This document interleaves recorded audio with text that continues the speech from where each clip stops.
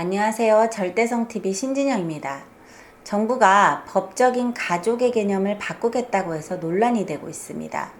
결혼하지 않고 사는 비혼이나 동거인까지도 다 법적 가족으로 인정하겠다고 나섰는데요.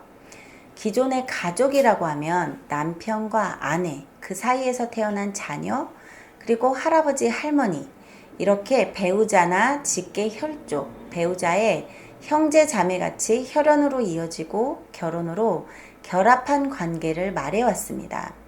그런데 여성가족부에서요, 이번에 제4차 건강가정기본계획안에 이런 가족의 개념을 기존 혼인과 혈연으로 맺어진 관계뿐만 아니라 결혼하지 않고 같이 사는 동거인, 쉐어하우스에서 그냥 같이 사는 사람들까지도 다 법적 가족으로 인정하고 각종 사회제도에서 기존 가족에게 주던 것과 똑같은 혜택을 다 주겠다는 겁니다.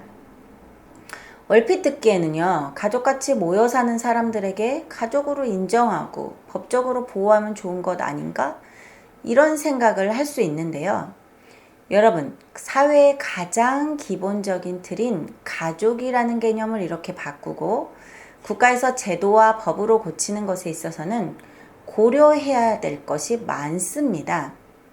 프랑스나 독일 같은 해외에서는요, 서류 몇 가지로 팍스라는 시민연대 협약을 맺으면 동거 커플에게도 부부가 받는 각종 국가 혜택을 주고 있다고 합니다. 이렇게 되면 무슨 일이 벌어지게 될까요? 가족으로 인정만 받으면 아파트 청약이나 각종 정부 수당을 지급받을 수 있다. 그러면 가족으로서 혜택을 받기 위한 위장가족 문제도 생길 수 있겠죠. 그리고 미혼 남녀가 책임의식 없이 쉽게 동거하고 쉽게 결합했다가 쉽게 헤어지는 일도 더 많아질 겁니다. 그리고 남녀가 결합해서 함께 살면 어떤 일이 벌어질까요? 그러다 보면 자연스럽게 생명도 탄생하는 거죠. 책임 없이 쉽게 하는 동거나 그 사이에서 책임의식 없이 출산하게 되는 것. 이것은 또 다른 사회 문제를 일으키는 겁니다. 여성계 관계자가 이번에 이렇게 말했습니다. 우리나라도 저출산 문제가 심각하기 때문에 선진국 수준으로 동거인을 가족으로 인정하고 법적 혜택을 주는 방안을 논의해야 한다고 말이죠. 여러분, 과연 이것이 저출산의 해결책이라고 말할 수 있을까요? 2016년에요. 한국의 출생아 수는 인구 통계를 낸 이래로 역대 최저를 기록했다고 합니다. 이런 것을 보면 저출산을 걱정하는 것이 놀라운 일이 아니죠. 그런데요, 우리가 정작 놀라야 할 사실은 따로 있습니다. 같은 기간 동안 302명의 갓난아이가 길바닥과 베이비박스에 버려졌다는 사실입니다. 귀한 한 생명이 태어나자마자 버림받았다는 것이 평생 얼마나 큰 상처와 트라우마일까요? 2016년 같은 기간 동안에 해외로 입양된 아이는 334명이나 되고요. 2016년까지 한국에서 태어나서 해외로 입양된 사람은 총 16만 6,512명에 이른다고 합니다. 한국은 OECD 회원국 중 아이를 해외로 입양 보내는 유일한 나라죠. 여러분, 이런 사실을 생각해 보면요. 단순히 동거인을 가족의 범주에 넣는 것이 저출산의 해결책이라고 말할 수 있을까요? 이건 정말 심각한 또 다른 사회 문제라고 볼 수가 있습니다. 우리가 기존에 가족이라고 말할 때요, 그 가족은 결혼과 혈연으로 맺어진 걸 말하죠. 아시다시피 결혼이라는 건요, 같이 사는 그냥 동거와는 그런 개념을 뛰어넘는 겁니다.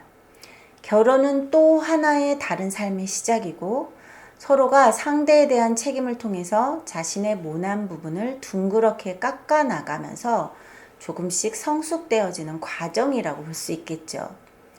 결혼식을 할 때 우리나라뿐만 아니라 세계 여러 나라가 상징적으로 반지를 끼는데요.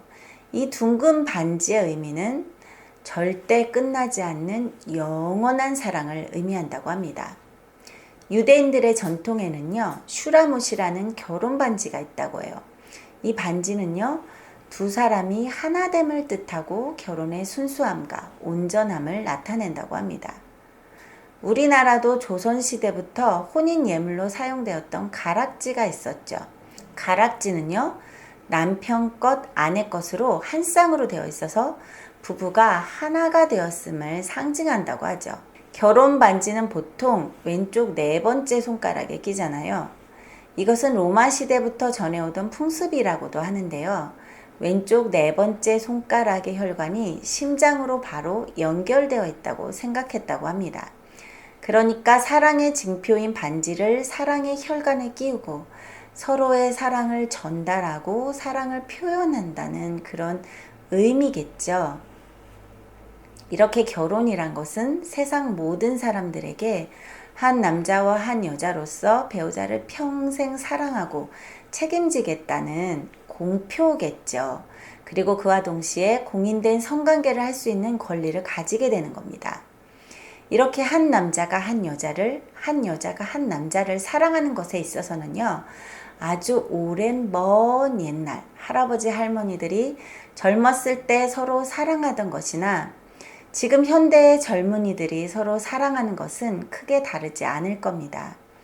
그렇게 사랑하는 마음으로 만난 부부, 그 사랑의 결실체인 자녀는 아무도 뗄 수 없는 끈끈한 사랑과 혈연으로 가정을 이루는 거죠.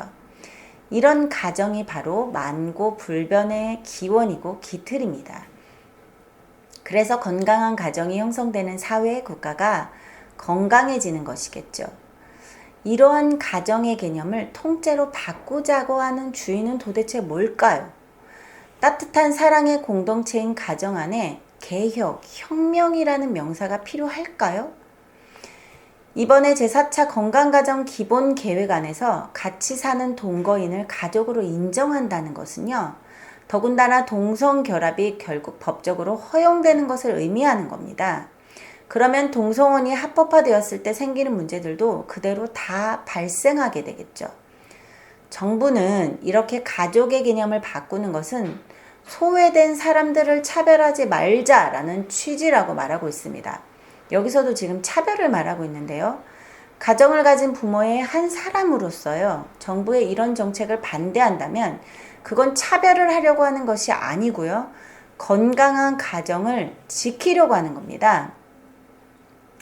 여러분, 정말 소중한 우리 가정을 해치는 현 정부의 이런 정책에 대해서 우리 아이들을 위해서라도 결코 가만히 침묵해서는 안 될 것입니다. 감사합니다.